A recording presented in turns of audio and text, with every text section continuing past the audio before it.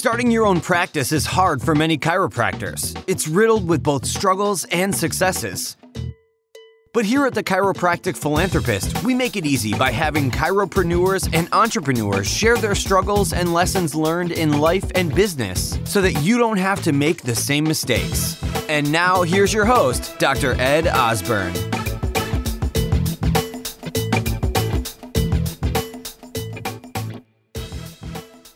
How much better would your life be if you could practice by choice because you had multiple passive streams of income supporting you? Go to moneyripples.com or find their podcast, The Chris Miles Money Show, to learn more. All right, TCP listeners, I want to thank you for tuning in. Maybe you're viewing, maybe you're actually listening to us today. I have an incredible guest, and that is actually Dr. Stuart Bernsen. Doc, how are you doing? Doing awesome. Glad to be on the podcast. Yeah, I mean, I feel like this is going to be one of our best episodes in 350 episodes. Honestly, I do. Thank you. The pressure's on. Well, I have lots of questions, so that's probably why. So I know who you are because I've gotten a chance to get to know who you are. But why don't you share with our listeners, people who maybe don't know who Dr. Stuart is? Why don't you share a little bit about yourself? Yeah. So I bleed chiropractic, so I'm a chiropractor. I don't practice actively anymore. And I knew that I was going to be a chiropractor since I was 10 years old. And so I just spent, the time between age 10 and age 22 doing all the things that it took to get the license. But my mindset was already chiropractic. I was turned on by the philosophy of chiropractic. And so I set up my entire life in and around chiropractic. Today, and it's kind of embarrassing. I'm not saying it to impress anybody, but to impress upon people. Two separate people, and actually three separate people have said to me, and they're people that I highly respect, you're probably the smartest business mind in chiropractic. Mm. And so, I made a leap somewhere from practice to the business of chiropractic. And it's really a definitive mindset. Yeah. And I love it. And so, what I'm up to now is bringing the profession forward in consolidation and bringing on outside investors to support the growth of chiropractic because they're excited about what we do as chiropractors and how we're really changing the landscape of healthcare. Yeah. I mean, and here's something I've learned about you, and I'll say is that you're an academic. Like you're constantly learning. I got a message from you, like I think it was Saturday night, and you're like, "Hey, I'm just sitting down watching some trainings and videos," and like you're constantly learning and consuming. You don't sit on your laurels and go, "Okay, I'm successful now. I know it all." Right? Yeah. No, I still think I suck, and I beat that into my team that we break record after record, and I still think we suck. I love learning, and I took it on. And I remember a very definitive time sitting in my apartment in Davenport, Iowa, and you could kind of get how bleak that is. My backyard was a cornfield, and I was reading Unlimited Power by Tony Robbins right when it came out. So that was in the early 90s. Yeah. Actually late 80s. Right. Yeah. And I'm like, I want to discover and pull out everything that I have inside of me. And, that's where our vision for the company came from, that every human being discover their full potential. Yeah. And so, I try and walk that talk. Yeah. Constant growth, constant expansion. I think that's kind of, the meaning of life, isn't it? Is to continually grow. So one of the things we'd love to start our episodes with is some positive words of meaning, like affirmations. Could be something that's, just words that are dear to your heart. Yeah. So in 1994 or 93, I met one of my very first chiropractic mentors who wasn't a chiropractor. And on his business card, it said results rather than reasons. And that's all it said. And I didn't quite get it. As a matter of fact, I sat down with him, and when I was going to go hire him, I know Paul Reed tells a very similar story. When I was going to hire, and I desperately needed a coach, I needed a mentor. I was waiting tables on the weekends and making more money bartending and waiting tables than I was in my practice. And I met him serendipitously, and I wanted to know what I was going to get, right? What am I going to get for my money? And, and I'm sure you get that also because you have so much product. Yeah. But, it's not the product that's valuable, right? It's what you have. Yeah. And he said, well, what if you didn't get anything? What if we only sat down and had a cup of coffee once a week, and we bought our own coffees, and you got the result that you wanted? And I'm like, oh, that just drives me crazy. Like, so I'm going to write you a check every month for $1,500 of money that I don't have. And we're going to have a cup of coffee. You're not going to give me anything tangible.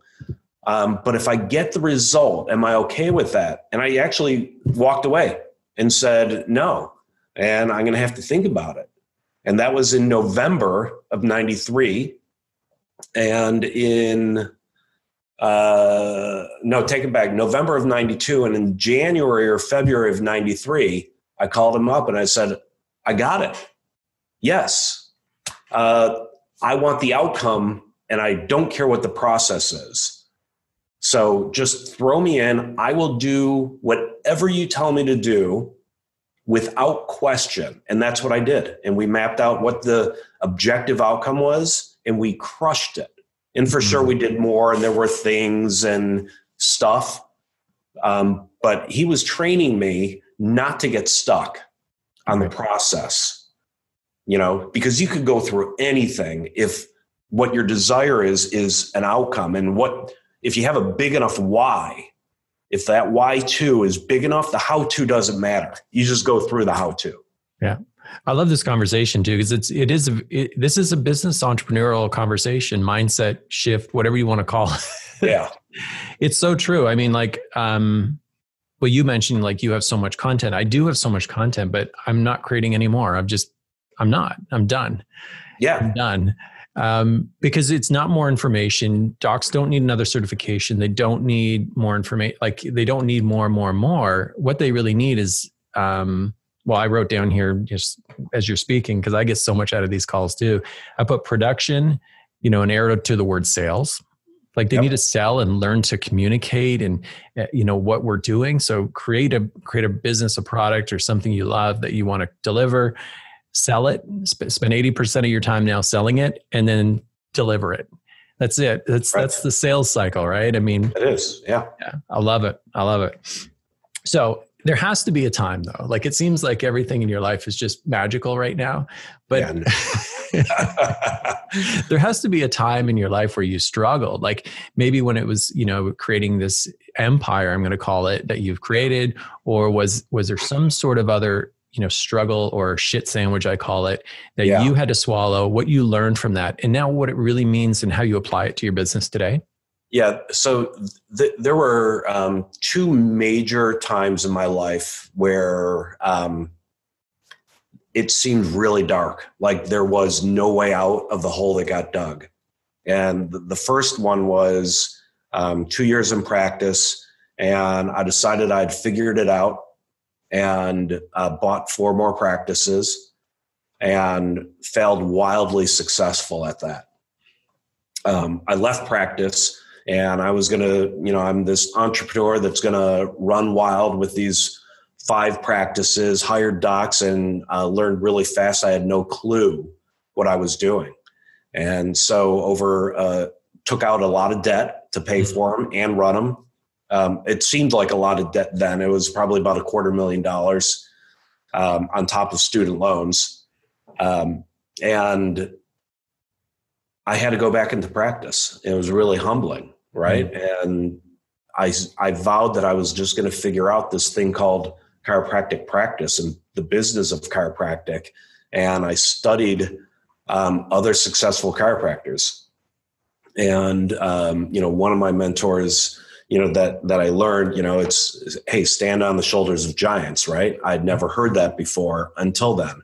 And so I made a study of it. I literally started with a local chiropractor that I knew that had a huge practice.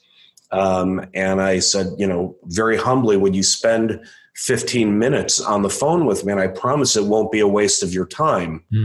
And I had a series of questions.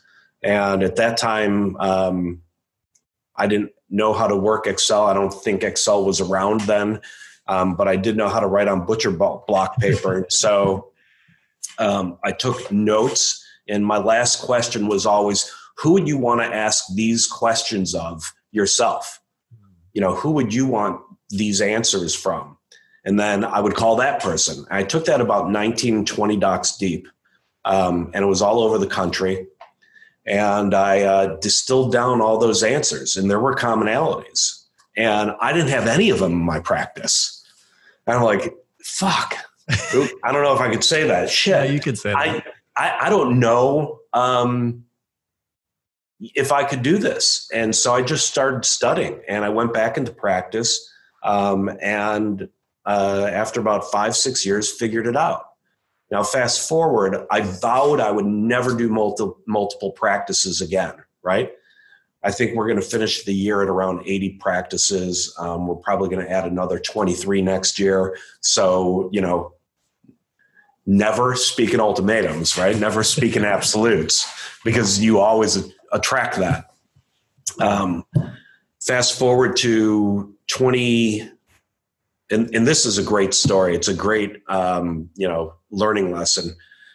2013, Chiro One had reached about 80 practices, and we had another 12 being built. And we overextended ourselves. Our expenditures outpaced our income, and a bank called a note on us. And it was a little bit more than $250,000 at that time. we had about a $10 million note that we had to pay off in 30 days. We didn't pay it off. We went into workout, which basically means the bank is going to get their money. And those were some dark times, right? Here I am, supposed to be the leader. I had 5 partners that I'm supposed to, be serving and protecting as shareholders and board members. Yeah. And I failed. And, I couldn't see a way out at the time. And those were some sleepless nights. And like we started, when the why's bigger than the how-to, it figures itself out. And I spent, 20-hour days just figuring a way out. And we made our way out. Like, we survived it. Like, we were going to lose that business. Yeah. And we worked it out. Granted, we cut the company in half. Right? So that was 6 years ago. And we just got back to where we were this year, 6 years ago, in unit numbers, but not in profitability. We're we're exactly twice as profitable today as we were 6 years ago with the same number of units.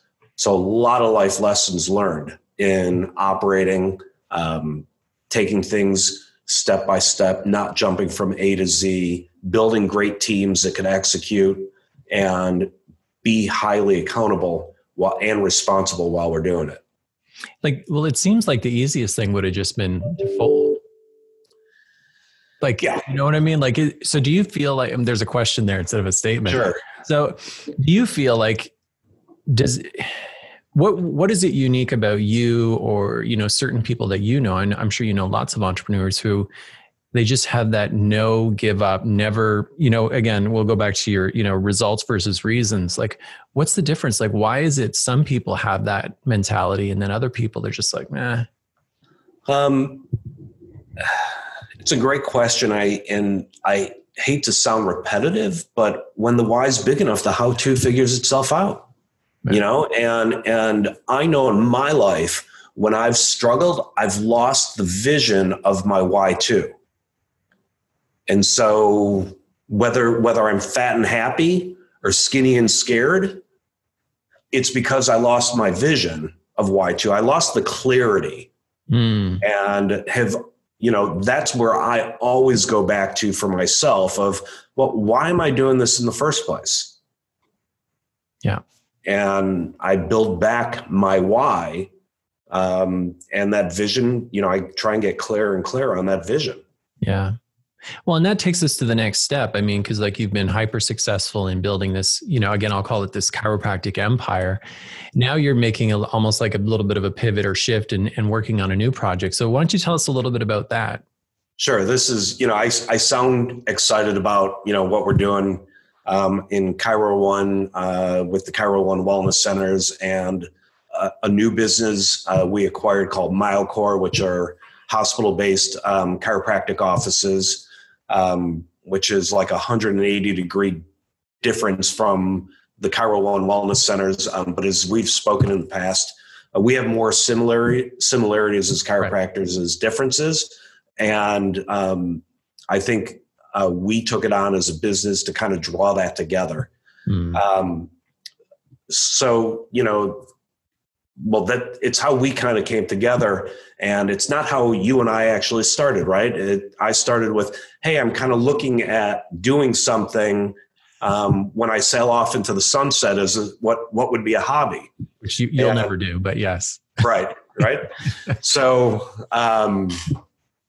what I'm working on now that's, you know, really exciting is I now have and I've had great partners. Chiro One was co-founded with 5 other guys, and they've been tremendous partners, all alpha males that, you know, beat their chests. And, you know, we've had some great times and some, you know, hard times together, but we stuck it through. And now I have the opportunity to work with, you know, my partner, yes. Shar Rayner, and, you know, be able to collaborate and build something together. And, you know, we play together. We live and play together. Now we're starting to live, work, and play together, which seems really congruent. And it didn't always seem congruent to me. She always blames me for compartmentalizing my life. And that's, you know, that's probably true. But now we're kind of blending all of that together. You know, we have a blended family. And so we're of really like mind in health and wellness, and getting to work together and collaborate and, you know, build both a physical product and informational product to continue to serve. And, you know, and we love that, you know. It's still part of the vision, you know, have people discover their full potential. Yes, absolutely. And, you know, the amazing thing of work, you know, being able to get to know both of you in this process is, you know, and this is always, I posted this or said this somewhere this morning, someone commented something, but, you know, the students that I always find, and I think this is in general, right? But the students that are always the ones who get the best results, because we'll come back to the word results, are the ones who have no sense of entitlement. Because you could come into this and go, hey, I'm just going to be successful, but I don't need to do the work. Or I could just, you know, piggyback on the success you already have and the empire you already have. But you don't have that sense of entitlement. You're an academic, both of you, like you both like study and work hard. And then, you know, the other piece of it is like the coachability of it. If like you take direction, right? Like there's no, and I just find like those are the people who often are the ones that get the greatest amount of success. And so, yeah, I want to acknowledge you for that. Or both of you actually, because I'm sure Shar will hear this. So, and actually, I mean, if there was like, is it Shar or your Facebook timeline right now where it seems like every morning I tune in and I can see a Facebook Live from both of you? It's Shar. Yeah, okay. She's relentless. She is online guiding her people in group. It came out of COVID, and here's another example of fortitude, right? She had a beautiful studio in a very affluent suburb of Chicago that she'd had it for 10 years, and maybe 6 months earlier, just completely overhauled it and redid it. And, brand new all rubber floors and, just a beautiful space for her to train her clients in. COVID hit and she just decided, well, it's shut down. I'm going to shut it down, and went virtual, and literally overnight, and recreated, her practice. And that's what you see every morning, and she drags me in once in a while. But it is, it's engaged.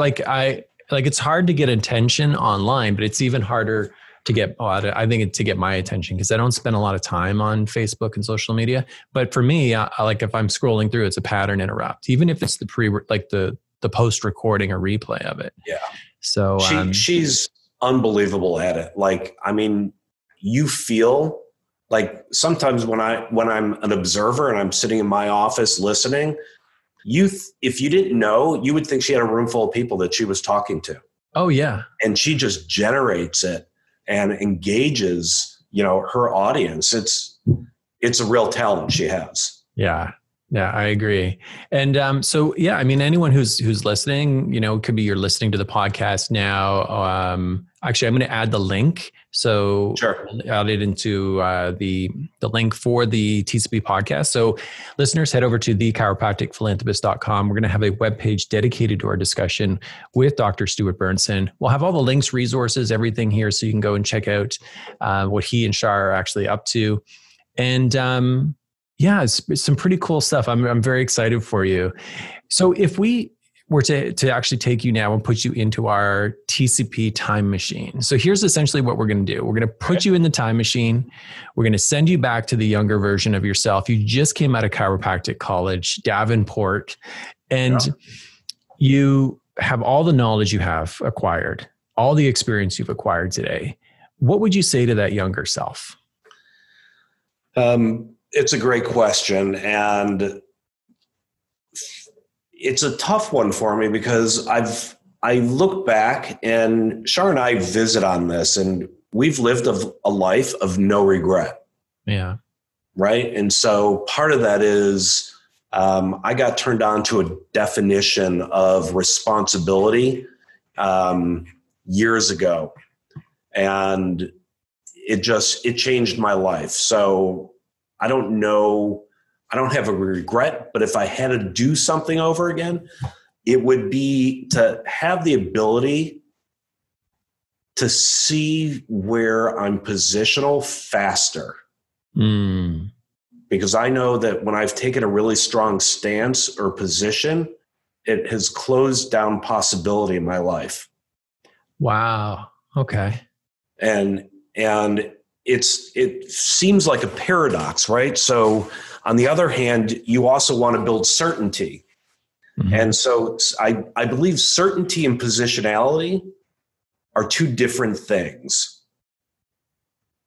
And so, and these words have never come out of my mouth before, right? And so, I'd have to kind of stumble through why I think they're different, but certainty is you know you're on the right path. Positionality is you think everybody should be on that path also, maybe. And those who aren't are bad and wrong, right? That might be positionality. And so if I had the ability to collapse space and time between my realization of when I'm being positional versus certain. So a good example would be MyoCore. Yeah.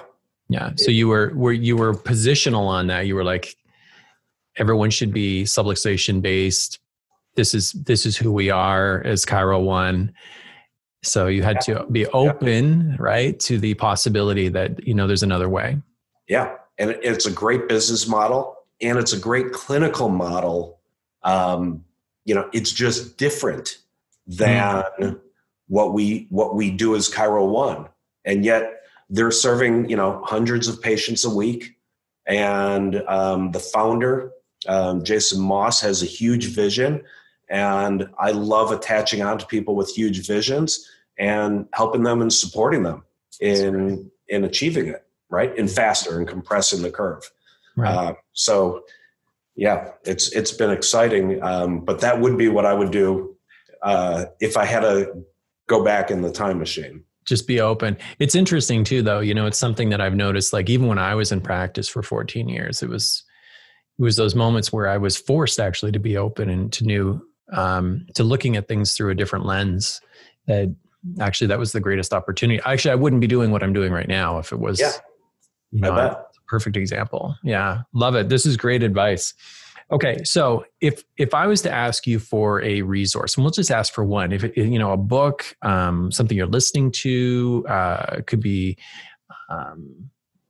maybe like now there's like a Netflix documentary. I don't know, like could be anything that you would recommend every doctor should go out and consume right now. What would that be? I know you asked for one, but I'm going to give you two. Great. Okay. So, I've executed a retreat, and it's called Life Path, Designing a Life You Love. And I've done that probably for about the last 14 to 15 years. I've brought dozens and dozens of people through the weekend curriculum, and it's designed to take somebody on a Friday and kick them out with a plan on Sunday for their life, like a really conscious design plan. And what it really is, and I can't take credit for the content of it because it's a synthesis and consolidation of the things that had the largest impact on my life for the longest duration of time. So like Patch and Tempo for years have said, there's a jacuzzi experience and then there's transformation, right? The jacuzzi experience, it feels great while you're in it, but when you're out of it, it's gone. Transformation is different. It's the rubber band that doesn't go back. It gets stretched past its ability to reflexively bounce back to where it was. And the two things that probably had the largest impact on me is one, and the same mentor I mentioned from the beginning sent me to what I thought was a business seminar, but was transformational, was the Landmark Forum. Yeah. And then two was John DeMartini's breakthrough experience. And I'm the kind of guy who is, or used to be, very hesitant to jump in and buy stuff. But when I was introduced to Landmark, I went through the weekend and then did their entire curriculum, spent a year and a half going through their entire curriculum and devoured it and just wanted to learn it. When I met John, I was actually sitting in a old WLP, CJ Mertz end of year seminar, and John was the guest speaker. And I don't know if you've ever heard John speak. I've interviewed him like twice on the show. All right. So he was, there was a room of probably 800 people, and he was talking directly at me. Wow. Before he even finished, I walked up to the back of the room, and you'd appreciate this, knowing about back of room sales, right? I walked to the back of the room and I went to his assistant, Linda. I said, every single thing he's written, recorded, published, I want it. Wow. And she's like, well, we have package A, we have package B, and we have package C. I said, no. Every single thing he has. Yeah. She goes, well, I don't even know what that would cost. I said, here's my credit card. Just send it to me. And it was December. And a huge box arrived with VHS tapes and audio cassettes, and like Kinko's bound manuscripts. And I just made it. That was my New Year's resolution, that I was going to just work my way through all of his content.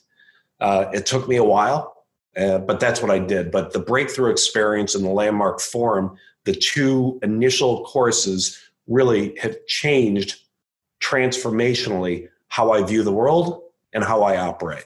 Love it. Yeah. This is a really good example too of someone who's had to be open to change, because, he's an academic, he's a constant learner, he's a constant student, I imagine, and teacher, but he's always been live experiences. That's been his thing. Right. Yeah. So I see him online. So the reason I'm telling you this is when I interviewed him, short story, 5 years ago, it's an audio podcast, right? We didn't have live streaming at the time. Sure. But I remember taking him through, and it was like he would show pictures of the book or this manuscript or things, but he didn't really quite understand the concept yet that this is audio interview and people can't see it. Right. But now he's like, I'm so sucked into what he's producing. Like, he's so good.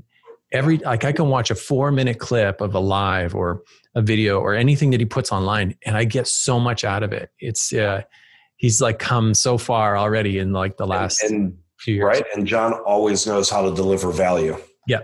Every time. Like, there's no doubt that you will walk away with one gold nugget at least. Like, so good. Awesome. Well, I want to thank you so much for giving back and being on the Chiropractic Philanthropist podcast today. Such a great conversation. This was a lot of fun. Awesome. Well, thank you again. Appreciate the time. So you've heard the struggles, you've heard the successes, and this episode is done. But there's still so much more to come and so much more to learn. Head on over to the chiropracticphilanthropist.com and sign up for our newsletter, where you'll receive free practice building tips and strategies, including how to market your practice with your very own podcast and so much more. Thanks for listening, and we'll see you next time on the Chiropractic Philanthropist.